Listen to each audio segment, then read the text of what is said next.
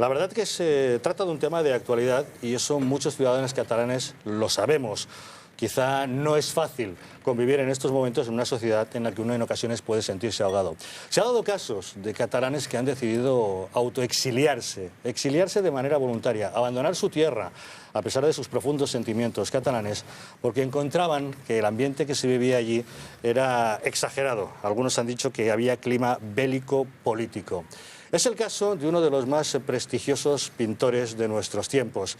Él se llama Augusto Ferrer Dalmau. Ustedes quizá le conocerán como el pintor de batallas, uno de los más prestigiosos pintores que tenemos.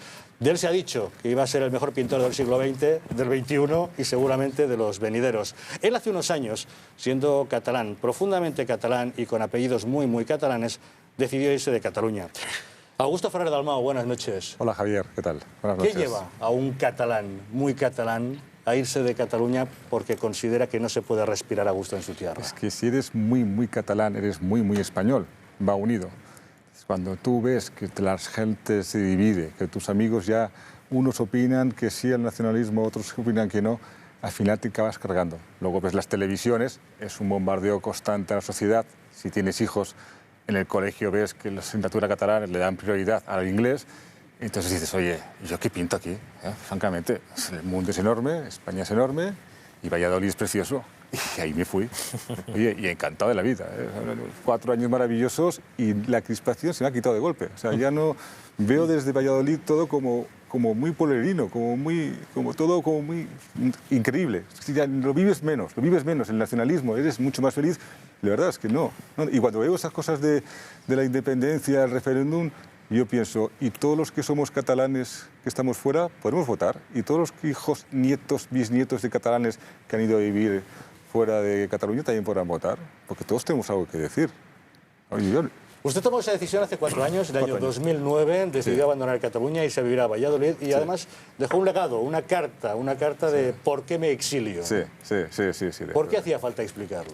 Porque sí, la gente tenía que saber por qué un catalán se marcha de Cataluña y por qué y qué razones da. Y las razones fueron las que hemos hablado aquí. Crispación, el tema escolar, el tema cultural, todo. Y si tienes que decirlo, y si tienes la posibilidad de hacerlo, lo tienes que decir. Y si eres catalán, lo tienes que decir bien alto para que no quede dudas de que los catalanes nos marchamos también asqueados y aburridos de este nacionalismo, que es un absurdo. En esa carta usted llegó a utilizar la expresión clima bélico-político. Prebélico. Es una sensación, no hay violencia. La verdad es que no es violencia física, es una violencia en la calle es que yo soy español, te miran mal. Oye, déjame, yo puedo hacer lo que yo quiera. O ponte la bandera en el balcón si quieres, la bandera española, hazlo. Pues bueno, te insultarán, te dirán cosas, o te pones el adhesivo de la bandera española en el coche y te rayan el coche. No es una violencia física, es una violencia, pues, si soy español, pues como que no está bien visto. ¿Usted cree que el arte que usted hace, reconocido en todo el mundo, hubiera tenido limitaciones por no considerarle a usted un artista afín al régimen en Cataluña? Es que mi pintura no tiene cabida en este régimen, como dices tú.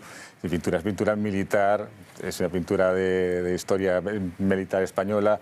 No, para nada. ¿A usted le consideran heredero de Josep Cusax, uno de los grandes pintores de temática militar? Estamos viendo algunas de sus obras mientras estamos conversando.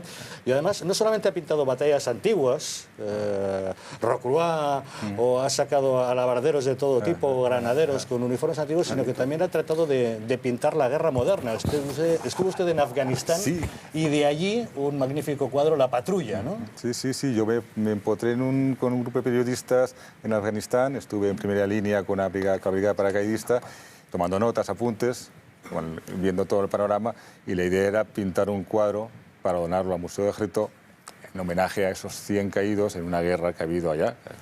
Ya son 100 muertos, que no son pocos. Y ese es un homenaje que hemos hecho yendo allá, a Afganistán. ¿Está politizada la pintura? No, yo creo que no. Yo creo que hoy en día la pintura ya va por libre, ya no hay una tendencia, cada uno pinta lo que quiere. Politizada a nivel nacional, yo no creo. Quizás en Cataluña haya un poquito de eso, pero no, hoy por hoy no. ¿Un catalán que pinta cuadros de soldados con banderas españolas puede ser tildado en Cataluña de ser un centralista de derechas? No, un Botifler. Es un butifler, sí, es un traidor, es un señor que hace ahí pintando banderas españolas con las barratinas, cuando las hubo. Y cuadros del Tambor del Bruc o de Agustina de Aragón, que por cierto nació en Barcelona, pocos, sí, ¿no? Pocos. En una guerra, la de la independencia, que en Cataluña se conoce como la Guerra del Francés. La guerra del francés. Y que no tiene ni siquiera calles o plazas, ¿no? No, es que sí, es así. Cuadros, Es así, ni hablar. Usted da la impresión, analizando la pintura en la que hoy en día todo el mundo parece apostar por el simbolismo, ¿considera que está anquilosado, es antiguo o es una recuperación de los orígenes y ir al realismo histórico por el que usted apuesta? Sí, hombre.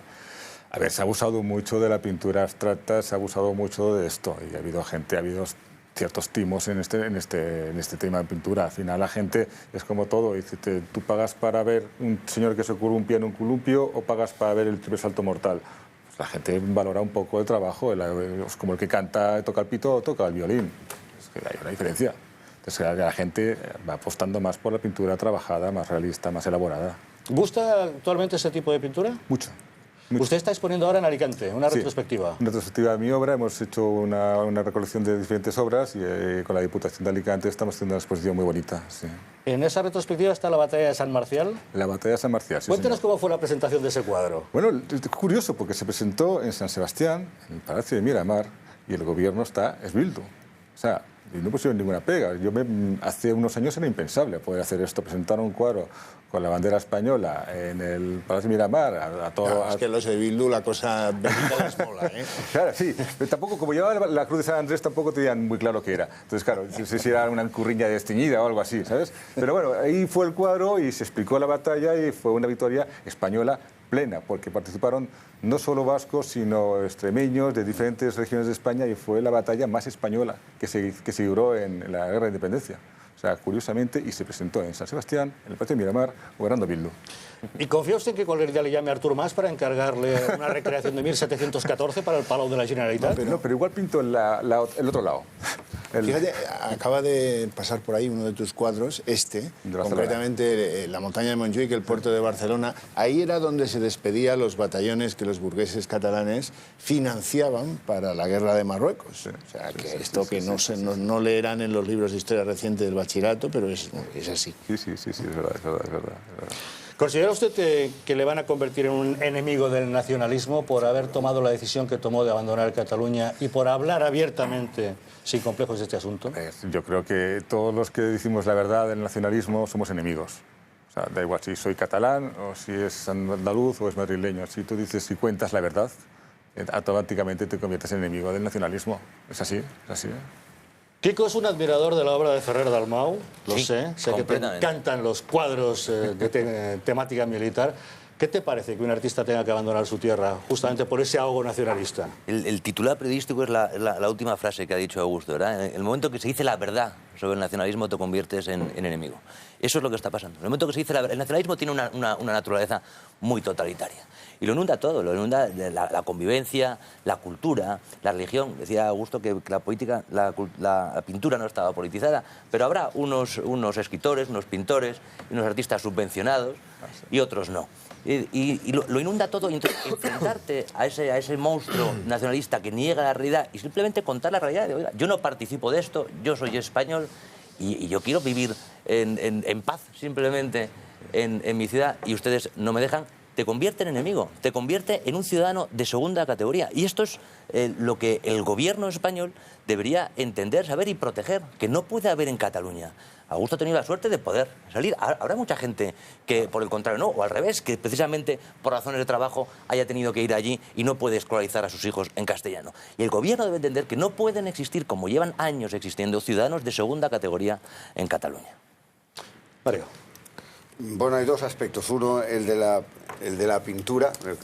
Simplemente decir que yo, por ejemplo, soy muy aficionado al realismo y me entusiasma Antonio López, etcétera, pero también creo que en la rebelión que se hizo frente a la forma en el abstracto también hay un componente intelectual y pictórico de cierta importancia. Luego, por supuesto, también dentro del abstracto hay muchísimo cuento y hay una cantidad de obra que no es para nada de obra de calidad. Pero en el abstracto, en el cubismo, existe también calidad. Mi padre, por ejemplo, que era pintor aficionado, era absolutamente realista y a lo más que llegó es a que le gustara Modigliani porque creía que venía con una trayectoria del Greco, ¿no? En cuanto a la segunda parte, tiene toda la razón Kiko, es decir, el nacionalismo no es que, si le digan la verdad, el nacionalismo separatista es un sistema tejido con intereses. Y como se trata de imponer una mentira, cuando alguien trata de imponer una mentira no puede dejar absolutamente ningún resquicio porque se pueda colar un puntito de verdad. No puede dejar ni la pintura, ni la escultura, ni la agricultura, ni la temática, ni la historia, ni la música. Y por tanto eso funciona así. Pero mi pregunta, mi duda, lo que me duele es lo siguiente. Vamos a ver. Yo lo entiendo. Yo no entiendo que la gente se vaya de Cataluña porque no se puede vivir, pero eso lo decía el otro día un amigo mío. Pero si nos vamos, ha habido gente en el País Vasco, yo tengo amigos en el País Vasco que han sido amenazados de muerte. Y siguen allí. Y allí están. Ahora ETA ya no mata, pero ETA mataba. Sí, sí. Y allí seguían. Entonces, la mejor noticia para los nacionalistas es que personas de calidad como tú, que tienen que cumplir un papel importante, se vayan. Les dejan el campo libre, ¿entiendes lo que quieres? Yo lo entiendo perfectísimamente, pero les dejas el campo. Pero entonces no puedes decir las cosas. Yo lo entiendo, ¿eh? O sea, Si yo me quedo ahí, quedas mudo. Ah, ya. Nadie te dice nada, o sea, te dejan en un sitio. No puedes hablar, no puedes decir la verdad. Tienes que irte fuera para poder decirla. Bueno, pero Santi Abascal sabe que lo que yo estoy diciendo en el País Vasco... Te condenan, Mario, a la muerte civil en vida.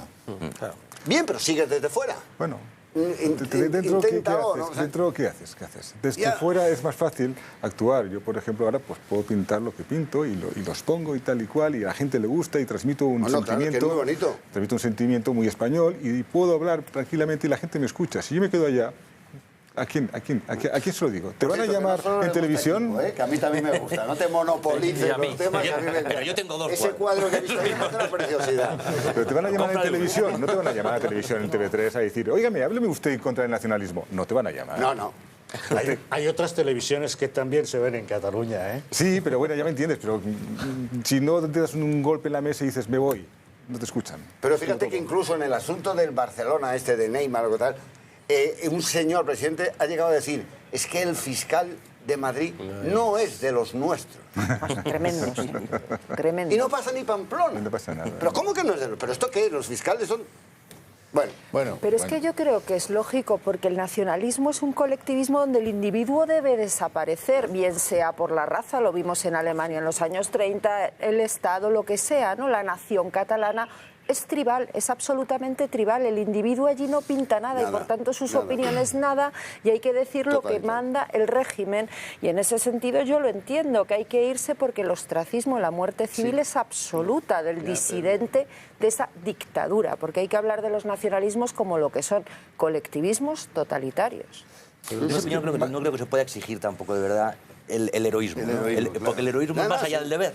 Y el deber de... A lo mejor yo me iba, el primero. Claro, el deber de Augusto es pintar y pintar mucho para que podamos seguir admirándolo. Hablamos de extremistas. Yo es que el nacionalismo lo veo como un negocio. Yo no veo más allá de un negocio donde mueven mucho dinero, mueven poder, subvenciones, y que para eso tienen que captar clientes. Y el cliente es el votante, perdón la expresión, que se siente un poco desplazado y que le dan el pasaporte y tú eres un señor que eres la repera, eres catalán, aunque haya nacido en la China, tú eres catalán y tu historia es esta, aunque no sea la historia. Y ese es el cliente del nacionalismo que vive muy bien. De hecho, creo que el presidente de gobierno catalán gana más que el presidente de gobierno español. Es un negocio de élites extractivas. Lo tienen todo. Tienen el poder, tienen la prensa, tienen la cultura, tienen los elementos de una dictadura bananera. Todo. Pero han generado... Y un cuadro como el tuyo, que es una lección de historia, porque la pintura contiene un lenguaje simbólico y habla por sí sola. Y cuando ves uno de esos cuadros, le estás diciendo casi un tratado. Oiga, no me cuente historias. No me cuente historias. Yo lo que diría es que lo que es una oligarquía. Creo que es el término adecuado para este régimen, ¿no? El fiscal no es de los nuestros. Claro que no es de los vuestros, porque el vuestro es aquel que se pliega a vuestros deseos. Es que ellos mismos están continuamente reconociéndolo. Es imposible cualquier idea fuera de la que manda el régimen en un sitio donde el nacionalismo es el que manda. Que, por cierto, no es solo Cataluña, que es todo España, que es que no solo es también Cataluña, País Vasco y Galicia. Hablemos de Andalucía algún día. August, a mí me gustaría preguntarte si te pasa como a mí, que también soy de algún modo exiliado político, que gente de Cataluña te llama para que les ayudes a reconstruir sus vidas fuera de... Sí, claro, sí. La gente, oye, ¿qué tal se vive en Valladolid? Oye, ¿qué tal? Oye, cuéntame, ¿qué posibilidades hay para montar yo una cosa allá? Claro que sí, porque te ven más relajado, más tranquilo. Pues la realidad del drama que está contando hoy refleja que de ser una cuestión de determinadas élites políticas y económicas de intentar imponer una sociedad, el nacionalismo se ha convertido en un problema social real para las personas. Por lo tanto, claro, se puede pedir euricidades, pero claro, a lo mejor tú lo puedes hacer, pero hay familias detrás, hay lo que decía del colegio indirectamente, que lo ha entendido todo el mundo que lo quiera entender. Es decir, después hay una presión en el día a día vital. Es decir, ya no solo la muerte civil que habéis podido vivir, sino después en el día a día de salir a la calle, de cómo te ven, cómo te tratan, cómo te señalan, que es muy duro. Y en esta dureza yo creo que el Estado de todos los españoles, tiene que poner mecanismos de que se cumpla la legalidad frente a él. No es un fiscal de los nuestros, frente a que les pillan con un contrato de no sé qué historia y ya intentan que es que Madrid está atacándonos porque somos catalanes y es el Barcelona. No, perdón, es más sencillo que cada uno piense lo que quiera pensar sin imposiciones y que el Estado haga cumplir la ley. Fíjate, para que gente como él pues, no tenga que... Hace escasamente 30 años, claro, la radio en España, en español, se hacía en Barcelona. Se hacía preferentemente en Barcelona. Los grandes de la radio estaban en Barcelona. Ahora han desaparecido. Si no haces radio en catalán, no existes. No puedes estar allí. Hay sectores, en la cultura, el caso de Albert Boadella, por ejemplo, en la cultura, en el periodismo, en el funcionariado, donde si no eres adicto, pues estás relegado. Y eso pasa pues, en la justicia, pasa en los hospitales, pasa en el mecanismo escolar, pasa en el periodismo, pasa en las artes. Y eso es muy duro. Y eso se ha venido consintiendo con el mayor desinterés por parte de los gobiernos de España desde hace 20 años. Ha sido un trabajo, elaborado, ha sido un trabajo de tiempo. Yo, acordaros, hace pocos años, el Coulomb y la Rahola eran exóticos. Los veíamos, mira, están ahí, tal, arriba, y decía, la Rahola está aquí, y el Coulomb. Intelectual orgánica del régimen. Sí, y ahora, y de eso que era anecdótico, oye, están gobernando Cataluña. Muy fuerte, o sea, ha habido un adoctrinamiento en la base, en los colegios. Yo quiero apuntar en lo que dice Óscar. Mira, cuando un español de Cataluña se tiene que ir de Cataluña porque está sometido a un tipo de violencia que le imposibilita una normal convivencia y el ejercicio de sus trabajos, quien está fracasando es el Estado. El Estado está fracasando, porque está impidiendo uno de los principios básicos de todo Estado, que es la libertad de establecimiento en cualquiera de los territorios que conforman su soberanía. Hay un fracaso del Estado y eso llevamos asistiendo, y por eso decía que antes, decía yo aquí, que dentro de este contexto, este fracaso del Estado no es ninguna novedad, se viene produciendo y se viene consintiendo tácitamente desde hace mucho tiempo, y no solo en Cataluña, sino, como decía también Almudena, en otras partes de España. Yo comparto plenamente ese análisis. A mí me parece dramático para España que personas como Augusto tengan que expatriarse de su patria chica, Cataluña, irse a otros lugares, o que algunas personas del País Vasco hayan tenido que hacer lo mismo. Me parece que el Estado se ha retirado de Cataluña y del País Vasco y que es el que, en definitiva, es culpable por omisión de lo que está pasando. Pero yo quiero comprender decisiones como la de Augusto perfectamente. Yo he vivido también de muy cerca lo que es no solo la presión de la violencia terrorista, de las amenazas, sino la simple presión social, el rechazo, las insidias, la difamación por pensar diferente, el que traten de convertirte en un bicho raro. Y no todo el mundo, no voy a decir que no todo el mundo tenga la fortaleza para aguantarlo, no todo el mundo está dispuesto a aguantarlo, no a todo el mundo le apetece tener que aguantar eso, asumir que lo tengan que aguantar sus hijos. Es verdad que de alguna manera es una derrota de todos y cada uno de nosotros cuando alguien decide expatriarse, pero yo me alegro de que Augusto esté tranquilamente, porque le tengo afecto, que esté tranquilamente pintando en Valladolid, y además porque yo también soy un admirador de tu obra. No tengo 2 cuadros como Kiko, pero hace poco me regalaron una lámina fantástica que adorna el salón de mi casa y bueno, en definitiva, solo quería transmitirte mi admiración por tu obra y mi respeto por tu decisión. Y preguntarte si no has pintado a Casanova en actitud españolista. No, lo que voy a pintar es quizás el otro lado del... También, porque habían catalanes en otro bando. Entonces había que pintar también del otro lado. Porque fue una guerra civil. Bueno, claro.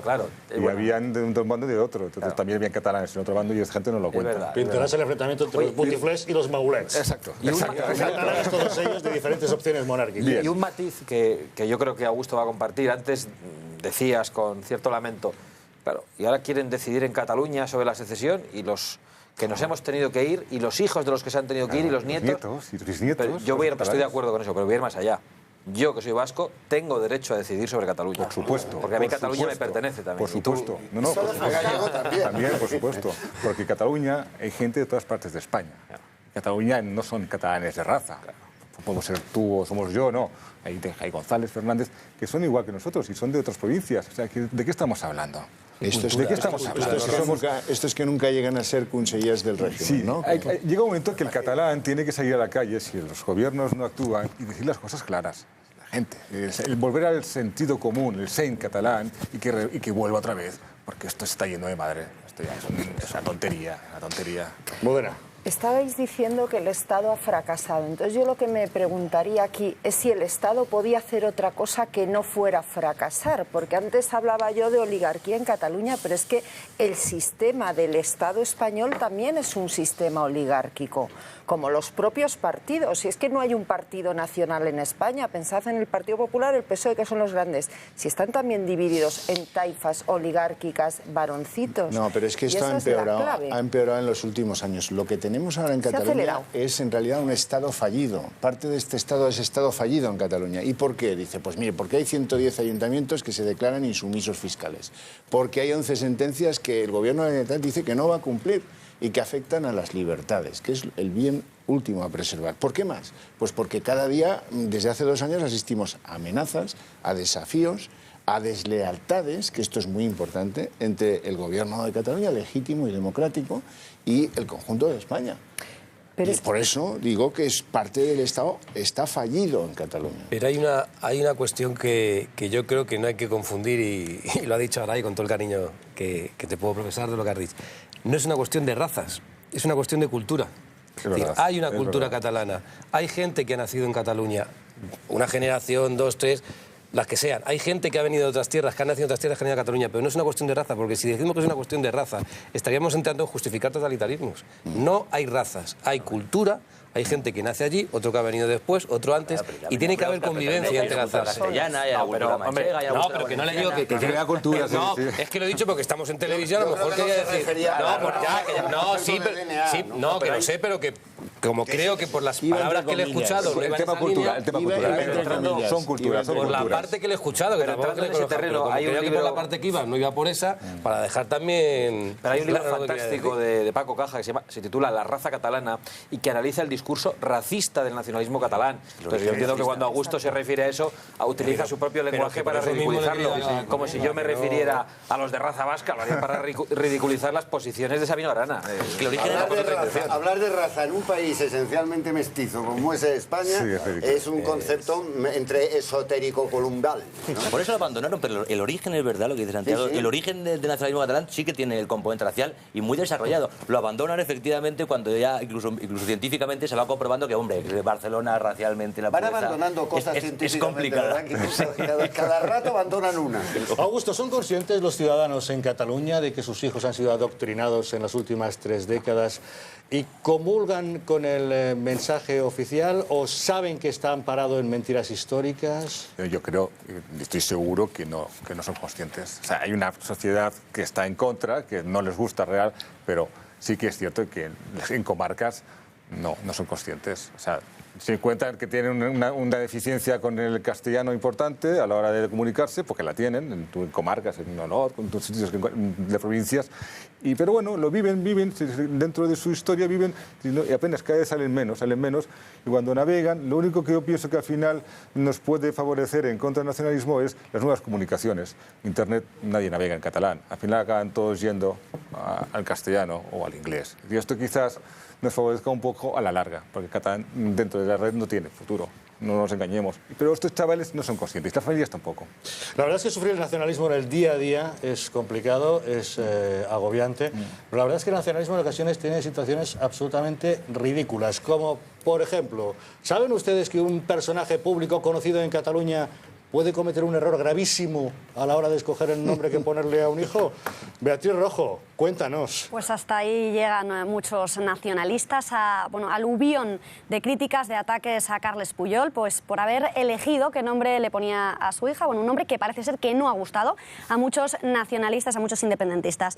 Le han dicho de todo. Por ejemplo, vamos a leer algunos tweets, algunos mensajes que le han dejado también en Facebook, algunas críticas. Empezamos. Dice una tuitera, una espectadora, dice: no puedo olvidar tu imagen besando la bandera de capitán del Barça ante el Bernabéu después de marcar, y ahora llamas a tu hija Manuela. Indignada.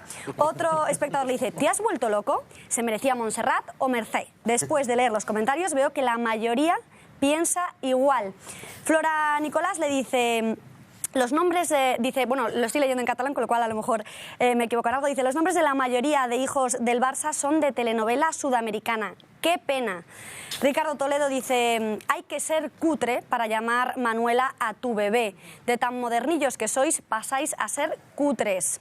Más comentarios. Mercel Canto le decía: pensaba que eras más catalán. Mucho llevar el brazalete y la señera, pero te has retratado. Imagino que lo ha escogido la madre, que por eso lo ha llevado 9 meses en la tripa. Se lo justifican, culpan a la madre, pero aún así le dan de lo suyo también a Puyol. Otra espectadora le pregunta, pues usando un poquito la ironía, dice: ¿y el catalá qué lo dejas para la intimidad, como hacía Aznar? Y vemos más comentario, dice Manuela: hombre, venga, hombre, que ha nacido en el Pirineo, tío. Inma, un nombre que parece pues que no es muy catalán, dice: ¿no quedaban más nombres? Indignada.